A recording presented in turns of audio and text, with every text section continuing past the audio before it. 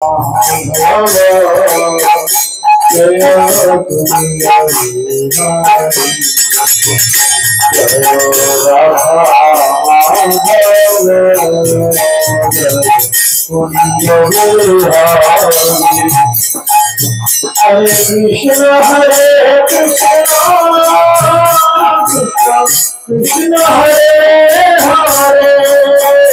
Hare Ram Hare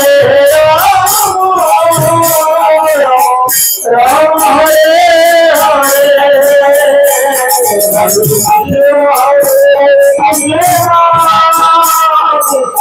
Krishna Hare Hare Ram Hare Ram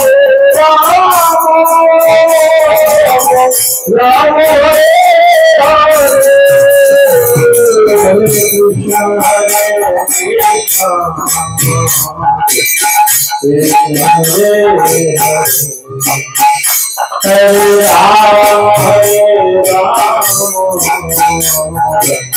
Ram Hare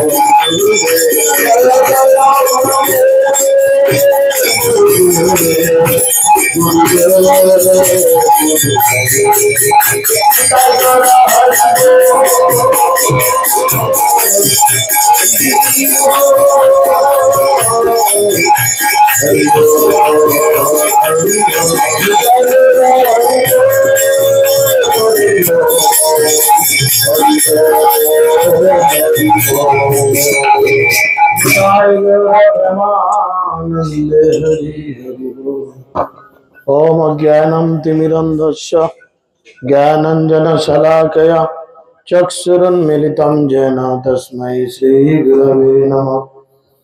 नमो विष्णुपादाय कृष्णपृष्ठाय भूतले श्रीमते जयपताका स्वामिनिति नामिने।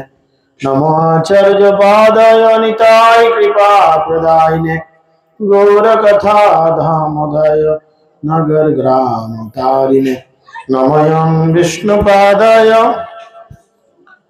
कृष्णपृष्ठाय भूतले श्रीमते भक्तिवेदांत स्वामिनिति नामिने। नमस्ते सरस्वती देवे गौरवाणी प्रचारिणे निर्विशेष शून्यवादे पश्चात्देशतारिणे। जय श्री कृष्ण चैतन्य प्रभु नित्यानंद श्री अद्वैत गदाधर शिवासादि गौर भक्तवृंद। हरे कृष्ण कृष्ण कृष्ण हरे हरे हरे राम राम राम हरे हरे। मुखं करोति वाचालं पंगुं लंघयति गिरिं यत्कृपातमहं वन्दे श्रीगुरुं दीनतारिणं परमानन्दमाधवं श्रीचैतन्यैश्वरं श्रीचैतन्यमनोभीष्टं स्थापितं येन भूतले स्वयं रूपकदा मह्यं ददाति शरणान्तिकं। नित्यप्रायो सर्वद्रेषु नित्यं भगवतो सेवया भगवते नित्यं श्लोके भक्तिर्भवति नष्टिके। जय श्री कृष्ण चैतन्य प्रभु नित्यानंद श्री अद्वैत गदाधर शिवासादि गौर भक्तवृंद। हरे कृष्ण कृष्ण कृष्ण हरे हरे हरे राम राम राम हरे।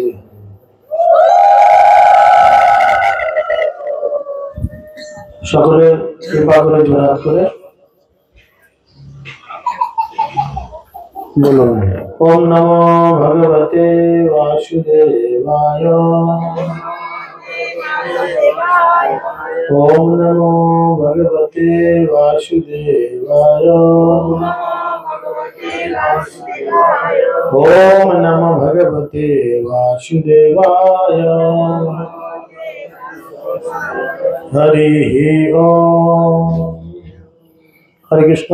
सर्वप्रथम সকলকে আন্তর্জাতিক কৃষ্ণ ভাবনামৃত সংঘ তথা ইস্কন নামহট্টর পক্ষ থেকে গৌর পূর্ণিমার প্রীতি শুভেচ্ছা এবং অভিনন্দন। সকলে শ্রীধাম মায়াপুরে সুস্বাগতম। তো আপনারা সকলেই জানেন আজকে অধিবাস এবং আগামীকাল চৈতন্য মহাপ্রভুর 539তম আবির্ভাব তিথি মহোৎসব। তো চৈতন্য মহাপ্রভু তিনি যে স্বয়ং ভগবান, তার কিছু শাস্ত্রীয় প্রমাণ রয়েছে। আপনারা সকলেই জানেন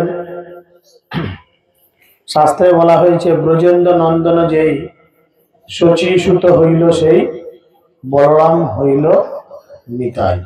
অর্থাৎ ব্রজেন্দ্র নন্দন ভগবান শ্রীকৃষ্ণ তিনি নিজে শচীসুত অর্থাৎ শচী দেবীর পুত্র রূপে আবির্ভূত হলেন এবং তার কৃষ্ণের সঙ্গী যে ছিলেন বলরাম, সেই বলরাম এই কলিযুগে নিত্যানন্দ প্রভু রূপে আবির্ভূত হলেন। এছাড়াও ভাগবতমের 11 স্কন্ধে 5ম অধ্যায়ে 32 নম্বর শ্লোকে খুব সুন্দর করে মহাপ্রভু যে ভগবান তার শাস্ত্রীয় প্রমাণ ব্যাখ্যা করা হয়েছে। সেখানে বলা হয়েছে কৃষ্ণ বর্ণং তি সাহা কৃষ্ণং সাঙ্গ পাঙ্গ সপার সদম যজ্ঞই সংকীর্তন প্রায়ধি যজন্তি হি সুমেধস। অর্থাৎ এই কলিযুগে সুমেধা সম্পন্ন ব্যক্তিগণ অবিরাম কৃষ্ণ কীর্তনকারী ভগবানের অবতারকে আরাধনা করার জন্য সংকীর্তন যজ্ঞের অনুষ্ঠান করেন। অর্থাৎ যাদের সুমেধা মানে যাদের বুদ্ধি ভালো হয়েছে তারাই কেবলমাত্র ভগবান শ্রীকৃষ্ণের আরাধনা করেন। বিশেষ করে এই কলিযুগে তারা সংকীর্তন সহযোগে এই ধরনের যজ্ঞ করেন। যদিও তার গায়ের রং বর্ণ অকৃষ্ণ, আমরা সকলেই জানি কৃষ্ণের গায়ের রং কিরকম, জল ভরা মেঘের মতো, তাই না? কিন্তু তবু এই যে কৃষ্ণ ব্রজেন্দ্র নন্দন তিনি শচীসুত হয়ে আবির্ভূত হলেন, তার গায়ের রং হলো অকৃষ্ণ, তবুও তিনি স্বয়ং শ্রীকৃষ্ণ। তিনি তার সঙ্গী সেবক অস্ত্র এবং অন্তরঙ্গ পার্শ্বদে পরিবৃত। এবং এছাড়াও মহাভারতে সুন্দর করে বর্ণনা রয়েছে সুবর্ণ বর্ণ হেমাঙ্গ বারাঙ্গ চন্দ্র নন্দিনী সন্ন্যাস শান্তি নিষ্ঠা শান্তি পরায়ণ। মহাপ্রভু গৌরাঙ্গ সুন্দরের গায়ের রং সোনার মতো। প্রকৃতপক্ষে তার সুললিত সমগ্র দেহটি কাঁচা সমান সোনার মতো, তার সমস্ত দেহ চন্দন চর্চিত। তিনি সন্ন্যাস গ্রহণ করবেন এবং খুব আত্মসংযমশীল হবেন। মায়াবাদী সন্ন্যাসীদের সঙ্গে তার পার্থক্য এই যে তিনি ভক্তিমূলক সেবায় নিষ্ঠা পরায়ণ এবং সংকীর্তন আন্দোলন প্রচার করবেন। এছাড়া কৃষ্ণ যমলামৃত তন্ত্র গ্রন্থে বলা হয়েছে পুণ্যক্ষেত্রে নবদ্বীপে শচীসুত ভবিষ্যতি, অর্থাৎ শচী দেবীর পুত্র সন্তান রূপে পবিত্র ধাম নবদ্বীপে আমি আবির্ভূত হব। এছাড়া ব্রহ্ম জমাল তন্ত্র নামক গ্রন্থে প্রমাণ রয়েছে মহাপ্রভু যে ভগবান। কি অথ বাহং ধামে ভূত্যা মদ্ভক্ত প্রথম মায়ায়ঞ্চ ভবিষ্যামি কলৌ সংকীর্তনাগমনে। অর্থাৎ ভক্ত রূপে পৃথিবীর বুকে আমি স্বয়ং কখনো কখনো আবির্ভূত হই। বিশেষ করে কলিযুগে সংকীর্তন আন্দোলন সূচনার উদ্দেশ্যে শচী সূচনন্দন রূপে আমি এই জগতে আবির্ভূত হব। এছাড়া পদ্মপুরাণ পদ্ম পুরাণে উল্লেখ রয়েছে, কলৌ প্রথম সন্ধ্যায়াং গৌরাঙ্গ অহং মহিতলে ভাগীরথী তটে রম্য ভবিষ্যামি শচীসুত। অর্থাৎ কলির প্রথম সন্ধ্যায় ভাগীরথীর তীরস্থ রম্য স্থানে গৌরাঙ্গ রূপধারী শচী পুত্র রূপে আমি ভবিষ্যতে অবতীর্ণ হব। ভগবান যে আসবেন তার বিভিন্ন প্রমাণ বিভিন্ন শাস্ত্র গ্রন্থে বলা হয়। যে কেউ নিজের কেরামতিতে ভগবান হয়ে যান না। এছাড়া বামন পুরাণে বলা হয়েছে, কলিঘোর তমসাচ্ছন্ন সর্বোচ্চারণ বিরজিতম শচী গর্ভে চ শম্ভুয়া তরিস্বামী নারদ। হে নারদ, কলির ঘোর তমসাচ্ছন্ন কালে শচী গর্ভে আবির্ভূত হইয়া আমি এই জগৎকে অনাচার বিবর্জিত করিয়া এই জগৎকে উদ্ধার করিব। এছাড়া বায়ু পুরাণে বলা হয়েছে, কলৌ সংকীর্তনারম্ভে ভবিষ্যামি শচীসুত স্থান দিয়ামারাস্ত্য নবদ্বীপে জনাশ্রয়ে তত্র বীজকুল শুদ্ধ সতে দ্বিজালয়ে। আমি কলিযুগে যুগোচিত নাম সংকীর্তন প্রচারের নিমিত্ত বহুজন সমাকীর্ণ গঙ্গা তীরবর্তী নবদ্বীপ ধামে বিশুদ্ধ ব্রাহ্মণ কুলে শচী দেবীর পুত্র রূপে আবির্ভূত হব। এছাড়া আরো অনেক শাস্ত্র গ্রন্থে চৈতন্য মহাপ্রভু যে ভগবান তার প্রমাণ রয়েছে। আরেকটি প্রমাণ আদি জমাল নামক গ্রন্থে প্রমাণ রয়েছে কি, অহং পূর্ণ ভবিষ্যামি যুগ সন্ধৈ বিশেষত মায়াপুরে নবদ্বীপে বারমেকম শচীসুত।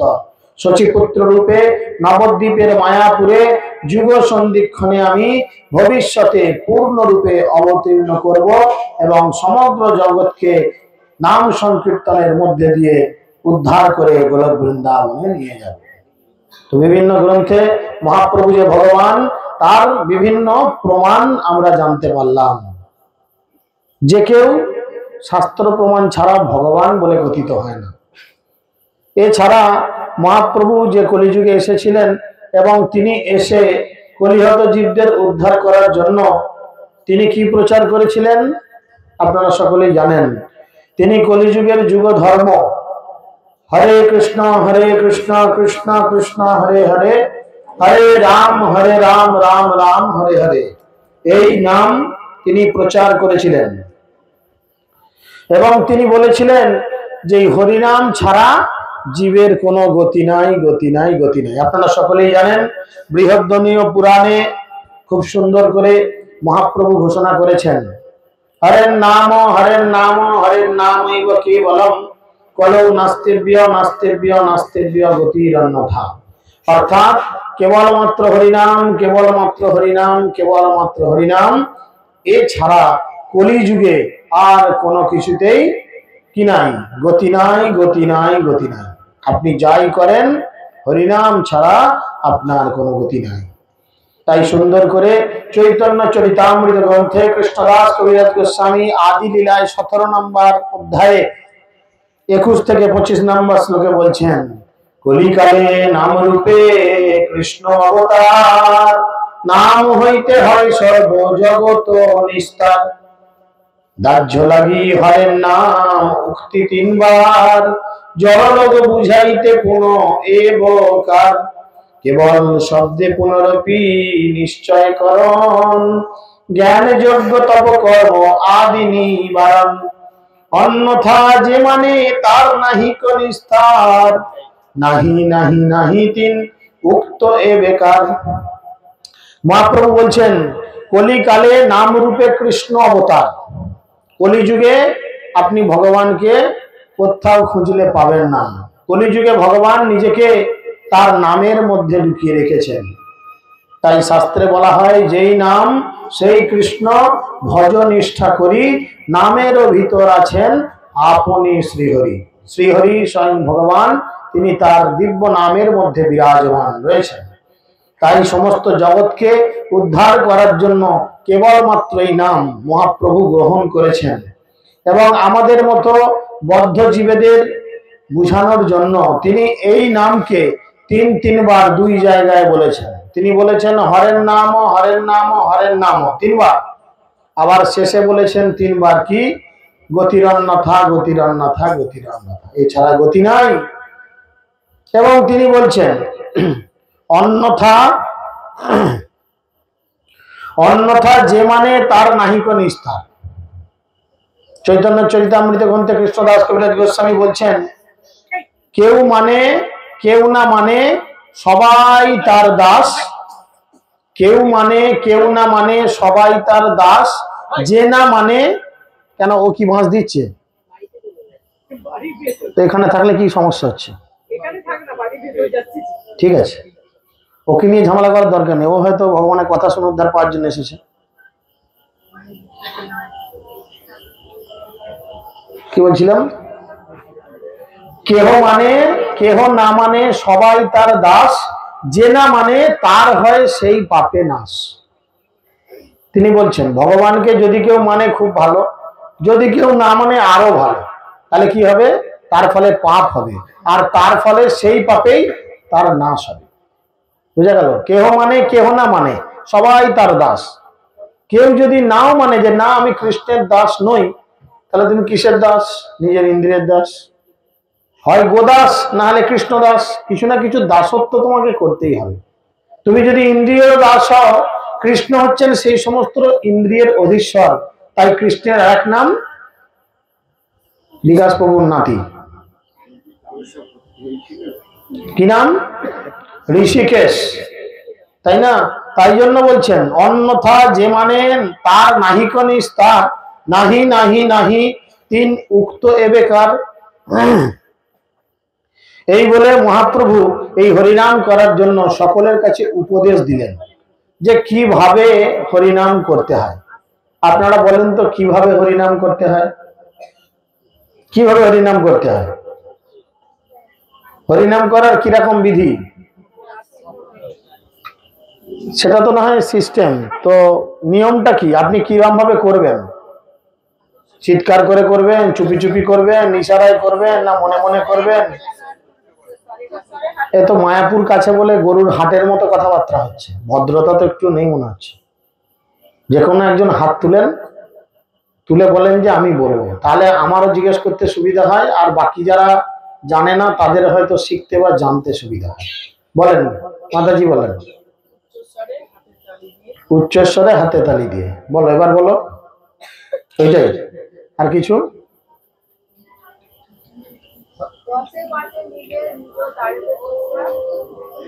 বলুন।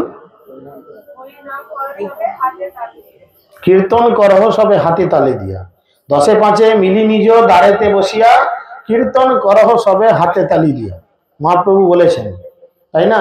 তো সেই জন্য মহাপ্রভু এই কীর্তন জপ করার জন্য আরো কিছু সিস্টেম বলছেন। আপনি সবাই প্রভু করে উপদেশ, কৃষ্ণ নাম মহামন্ত্র শুনহ হরিষে। অর্থাৎ তোমরা খুব গুরুত্ব দিয়ে এই মহামন্ত্র শ্রবণ করো। আমি কি বলছি তোমরা শ্রবণ করো। মহাপ্রভু বলছেন, তিনি কি বলছেন? হরে কৃষ্ণ কৃষ্ণ কৃষ্ণ হরে হরে, হরে রাম রাম রাম হরে হরে।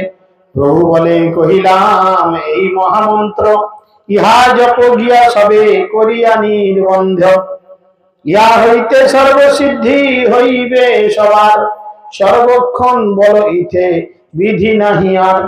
কি ভোজনে কি শয়নে কিবা জাগরণে, অহর্নিশি চিন্ত কৃষ্ণ বলহ বদনে। অর্থাৎ মহাপ্রভু বলছেন আমি যে এই মহামন্ত্র কইলাম, এইটা সবাই মিলে এক কাছে এক একটা দল বানিয়ে একসঙ্গে এক কাছে দল বানিয়ে জপ করো। কেন দল বানিয়ে জপ করতে বলছে? কেন বলছে না, এক একজন একলা যদি ভগবানের কাছে কোনো অনুরোধ করে, ধরেন পঞ্চায়েতের প্রধানের কাছে আপনি একা গিয়ে কোনো একটা বিষয় যদি অনুরোধ করেন, আপনার কথাটা যতটা গুরুত্ব দেবেন, আপনারা যদি 50 জন 100 জন সবাই মিলে একসঙ্গে একটা দরখাস্ত লিখে সই করে জমা দেন, গুরুত্ব বাড়বে না কমবে? বাড়বে তো। তো ঠিক সেরকম মহাপ্রভু বলছেন যদি জপ করতে হয় কি করতে হবে? ইহা জপ গিয়া সবে করিয়া নির্বন্ধ, সবাই মিলে একসঙ্গে এক কাছে বসে জপ করেন। তার ফলে দেখেন কেউ যদি একটু দুর্বল থাকে, পরীক্ষার হলে ছেলেমেয়েরা বলে না ওসব ক্লাস ম্যানেজ হয়ে যাবে। কি করলি রে শর্ট কোশ্চেন, ওসব ক্লাস ম্যানেজ হয়ে যাবে। ক্লাসে তাদের সহায়ক থাকে বেঞ্চি, কেউ বেঞ্চির ওপরে লিখে, কারোর সহায়ক হয় বাথরুম, সেখানে গিয়ে তার বিদ্যার ভান্ডার খোলে। আবার কারোর সহায়ক অন্য কোনো পদ্ধতি পন্থা থাকে, হয়তো আমাদেরও সবগুলো জানা নেই, কারণ মডার্ন যুগের মডার্ন তাদের ব্যবস্থাপনা। তো যাই হোক, তো সেরকম এই যে আমরা একত্রে মিলে হরিনাম জপ করছি, এর মানে সুফলটা কি না, যদি কেউ দুর্বল থাকে, যদি কারোর নামের চরণে অপরাধ কিছু থাকে, তাহলে অন্তত সবার ঢেউতে তার অ্যাপ্লিকেশনটাও পাস হয়ে যাবে, বুঝেছেন? তাই মহাপ্রভু অনেক চিন্তা করে বলছেন, ইহা জপ গিয়া সবে করিয়া নির্বন্ধ। আর শুধু তাই বলে তিনি থামছেন না, তিনি বলছেন ইহা হইতে সর্বসিদ্ধি হইবে সবার। এর থেকে তোমাদের অভিলষিত যা কিছু মনের কামনা বাসনা সবকিছু তোমাদের মিটে যাবে। মিটে তো যাবে, কিন্তু কিভাবে বললে মিটবে? আপনি যদি বলেন একবার খিদে পেয়েছে, যতটা গুরুত্ব না দেবে, সবসময় যদি বলেন খিদে পেয়েছে খিদে পেয়েছে খিদে পেয়েছে খিদে পেয়েছে, গুরুত্ব বাড়বে না কমবে? তাহলে আগে ওকে খেতে দিয়ে দিই, কি ঝামেলা মেটা, বলবে না? তো ঠিক সেরকম তিনি বলছেন ইহা হইতে সর্বসিদ্ধি হইবে সবার, সর্বক্ষণ বল ইথে বিধি নাই। আর সর্বক্ষণ বলতে বলছে, এর কোনো নিয়ম নাই। কেউ বলে শুয়ে শুয়ে নাম করব, করা চলবে গা। কেউ বলে এখন আমি অসুচি, নাম করা চলবে গা। কেউ বলবে আমাদের বাড়িতে বাচ্চা কাচ্চা হয়েছে, নাম করা চলবে। আবার ইত্যাদি ইত্যাদি অনেক কিছু তৃতীয় হাত থাকে। তো মহাপ্রভু বলছেন যে সর্বক্ষণ বলইতে বিধি নাই, আর এর কোনো নিয়ম নেই।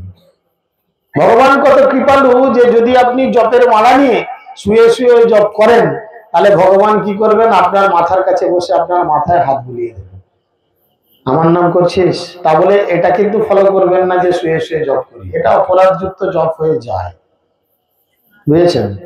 তো যদি আপনি বসে বসে জপ করেন, ভগবান আপনার সামনে দাঁড়াবেন, যেমন গৌরনীতায় দাঁড়িয়ে আছে, ভগবান আপনার সামনে দাঁড়িয়ে আপনাকে অবজার্ভ করবেন। আর যদি আপনি উদ্দণ্ড নৃত্য করতে করতে ভগবানের দিব্য নাম হরে কৃষ্ণ মহামন্ত্র জপ করেন, তখন ভগবান আপনার জিহ্বায় নৃত্য করতে করতে আপনার হৃদয় মন্দিরে প্রবেশ করবেন। ভগবান এমন কৃপালু, এমন দয়ালু, তাই না? মার খেয়ে প্রেম দেয় এমন দয়াল তো নাই রে। চিন্তা করে দেখেন। তাই তিনি বলছেন কিবা ভোজনে, কিবা শয়নে, কিবা জাগরণে, শুতে শুতে, জাগতে জাগতে, হ্যাঁ, এবং খেতে খেতে, সব সময় অহর্নিশি চিন্ত কৃষ্ণ বলহ বদনে। সব সময় কৃষ্ণকে নিয়ে চিন্তা করতে হবে। আর আমাদের পরম গুরুদেব অভয় চরণারবিন্দ ভক্তি বেদান্ত স্বামী শিল প্রভুপাদ, উনি ঠিক এই জায়গা থেকে ধরে আমাদের সংস্থার নামকরণ করেছেন আন্তর্জাতিক কৃষ্ণ, বাকিটা জানেন, ভাবনামৃত সংঘ, বুঝেছেন? সেই জন্য তিনি বলছেন যে অহর্নিশি চিন্ত কৃষ্ণ। আমি এমন একটা সংস্থা তৈরি করব, যেই সংস্থার মধ্যে কি হবে না, সব সময় কৃষ্ণকে নিয়ে চিন্তা ভাবনা চলবে। তো সেই জন্য তিনি এই কথা বলেছেন। এখন কিভাবে তোমরা বসবে, যে কথাই মাতাজি বললেন, 10-5 মিলি নিজ দ্বারেতে বসিয়া, যে যার নিজের বাড়িতে বসো, 10 জন 5 জন 20 জনকে ডাকো, আর সেখানে বসে খোল করতাল যদি না জোটে, ভগবান আপনাদের নিজেদের দুটো করতাল দিয়েছেন। কর তার বাংলা হচ্ছে হাত, তাল মানে হচ্ছে তালে তালে চাবড়াও, তাই না? তাই জন্যই বলে হাতে তালি দেয়া, হরে কৃষ্ণ কৃষ্ণ কৃষ্ণ হরে হরে, হরে রাম রাম রাম হরে হরে। তো এইটা তিনি বলেছেন যে কীর্তন করহ সবে হাতে তালি দিয়া, সন্ধ্যা হইলে আপনার দ্বারে সব মিলি, কীর্তন করেন সবে দিয়া করো তালি। যে যার বাড়িতে সন্ধ্যাবেলায় কি করতে হবে, হাতে তালি দিয়ে কীর্তন করতে হবে। আর সন্ধ্যা মানে যখন সূর্য অস্ত যায়, সেটাকেই কিন্তু সন্ধ্যা বলে না। আমরা জাগতিক মানুষরা বুঝি সন্ধ্যা মানে কেবলমাত্র যখন সূর্য অস্ত চলে যায়, অন্ধকার হয়ে যায়, তখনকেই বলে নাকি সন্ধ্যা। কিন্তু শাস্ত্র বলে সারাদিনে 3 বার সন্ধ্যা আসে, সারাদিনে 3 বার সন্ধ্যা আসে। যার জন্য যারা পঞ্চরাত্রিক দীক্ষা বা গায়ত্রী দীক্ষা বা সন্ন্যাস দীক্ষা পেয়েছেন তারা অবশ্যই ত্রিসন্ধ্যা গায়ত্রী জপ করেন। সূর্য উদয়ের সাথে সাথে, দ্বিপ্রহর হওয়ার সাথে সাথে এবং সন্ধ্যা হওয়ার সাথে সাথে ত্রিসন্ধ্যা। তাই তিনি বলছেন যে সন্ধ্যা হইলে আপনার দ্বারে বসে তালি দিয়া কীর্তন করেন সবে দিয়া করতালি, এই মতো নগরে নগরে সংকীর্তন করাইতে লাগিলেন শ্রী শচীনন্দন। শচীনন্দন গৌরহরি কি করলেন? প্রত্যেকটা নগরে নগরে প্রতিটা জায়গায় এই নামহট্টের মতো টিম করে দিলেন, যাও আজকে তুমি অমুক পাড়ায়, কালকে তুমি অমুক পাড়ায়, প্রত্যেকটা পাড়ায় তোমরা প্রত্যেক দিন সব সময় ভগবানের দিব্য নাম হরে কৃষ্ণ মহামন্ত্র কীর্তন করো। এবং এই কীর্তন যদি তোমরা অপরাধ শূন্য হয়ে গ্রহণ করো, শিখিয়ে দিচ্ছেন, তাহলে তোমাদের কতকগুলো লক্ষণ ধরা পড়বে। যদি অপরাধ শূন্য হয়ে এই কীর্তন তোমরা করো তাহলে কতগুলো লক্ষণ ধরা পড়বে। সেই লক্ষণ কি? সর্বদা শ্রীমুখে হরে কৃষ্ণ হরে হরে বলিতে আনন্দ ধারা নিরবধি ঝরে। যদি মুখেতে সঠিকভাবে হরে কৃষ্ণ মহামন্ত্র কীর্তন করা যায় তাহলে কি হবে? এই কৃষ্ণ নাম বলতে বলতে আনন্দ ধারা চোখ দিয়ে আনন্দশ্রু গড়াবে। আর যদি না গড়ায়, সবার কি আর গড়াবে? যদি না গড়ায় তখন কি হবে? মহাপ্রভু বলছেন, মহাপ্রভু বারবার বলছেন, নহে প্রেম নহে অশ্রুধার, তাহলে জানিও তাহাতে অপরাধ প্রচুর, হরি নামের বীজ তাতে না হয় অঙ্কুর। আমরা শ্রী গুরুদেবের কাছ থেকে যখন প্রথম দীক্ষা পাই, গুরু মহারাজ কি করেন? গুরু কৃষ্ণ রূপ হন শাস্ত্র প্রমাণে, গুরু রূপে কৃষ্ণ কৃপা করেন ভক্তজনে। গুরুদেব কৃপা করে আমাদের হৃদয়ে ভক্তিলতার বীজ বপন করে দেন। যেমন কুমড়োর বীজ, লাউয়ের বীজ, উচ্ছে, করলা, ঝিঙে ইত্যাদি সবজির বীজ আমরা মাটিতে পুঁতে দিই, আর মাটিতে পুঁতে দিলেই কি গাছ বেরিয়ে যাবে? একটু জল টল দিতে হবে তো না, শুকনোতেই গাছ বেরোবে, চারা বেরোবে? একটু আধটু জল দিতে হবে যাতে বীজটা অঙ্কুর বের হয়। সেরকম গুরুদেব আমাদের হৃদয়ের মধ্যে ভক্তিলতার বীজ বপন করে দিয়েছেন, আর সেই ভক্তিলতা বীজকে শ্রবণ কীর্তন নামক জল দ্বারা সিঞ্চন করতে হবে। মহাপ্রভু বলছেন, ব্রহ্মাণ্ড ভ্রমিতে কোন ভাগ্যবান জীব গুরু কৃষ্ণ প্রসাদে পান ভক্তিলতা বীজ। কোন ভাগ্যবান জীব, সকলের জন্য এরম পরিস্থিতি নয়। গুরুদেব কৃপা করবেন মানে কি? কৃষ্ণ তাকে কৃপা করবেন, তবে তিনি দীক্ষা পাবেন। আর তার আগে কৃষ্ণ কি করবেন? তার ব্যাকগ্রাউন্ড দেখবেন। বহু জীবনের তিনি কি সত্যি কোনো তপস্যা, যাগ, যজ্ঞ ইত্যাদি কমপ্লিট করেছেন? উনি কি কোর্স কমপ্লিট করেছেন? ভক্তি শাস্ত্রী, ভক্তি বৈভব, ভক্তি সার্বভৌম বা অন্যান্য যে সমস্ত মায়াপুর ইনস্টিটিউটের মাধ্যমে ছিল প্রভুপাদের স্বীকৃত কোর্স উনি কি কমপ্লিট করেছেন? তবে কিনা ওনার এই দীক্ষার জন্য যোগ্যতা হবে। তাই জন্য ভগবান সেই ভক্তকে পরীক্ষা করে যখন দেখেন যে হ্যাঁ ঠিক আছে, তখন তিনি গুরুদেবের মাধ্যমে এই মহাপ্রভুর এই পন্থাকে স্বীকৃতি দিয়ে আপনার হৃদয়ে ভক্তিলতার বীজকে বপন করে দেন। এখন বীজ তো বোনা হয়ে গেল, এরপরের কাজ জল দিতে হবে। তাহলে কি করবেন? বালতি করে জল নিয়ে ডেলি চান করবেন? হ্যাঁ, চান তো ডেলি করতেই হবে, কিন্তু মাথায় জল ঢাললে হৃদয়ে যে বীজ পোতা আছে সেই বীজে কি জল পাবে? পাবে? মালি হয়ে সেই বীজ করে আরোপণ, শ্রবণ কীর্তন জলে করে সেচন। মালি হতে হবে। মালি কি করে? বাগানের গাছকে খুব সুন্দর করে পরিচর্যা করে। কোন গাছে পোকা লেগেছে সেই গাছে ওষুধ দিতে হবে, কোন গাছের পাতা নোংরা করে দিচ্ছে বা পাতায় কোন রকম রোগ এসেছে তাকে ছেঁটে বাদ দিয়ে ওষুধ দিতে হবে। মালি খুব সুন্দর করে গাছটাকে তদবির করে যাতে গাছে খুব সুন্দর ফল বা ফুল উৎপন্ন হয়। তাই গুরুদেবের মাধ্যমে যখন হৃদয় ভক্তিলতা বীজ বপন করা হয় তখন ওতে সিঁদুর ফিঁদুর লাগাবে কে? কাই শিখছিস?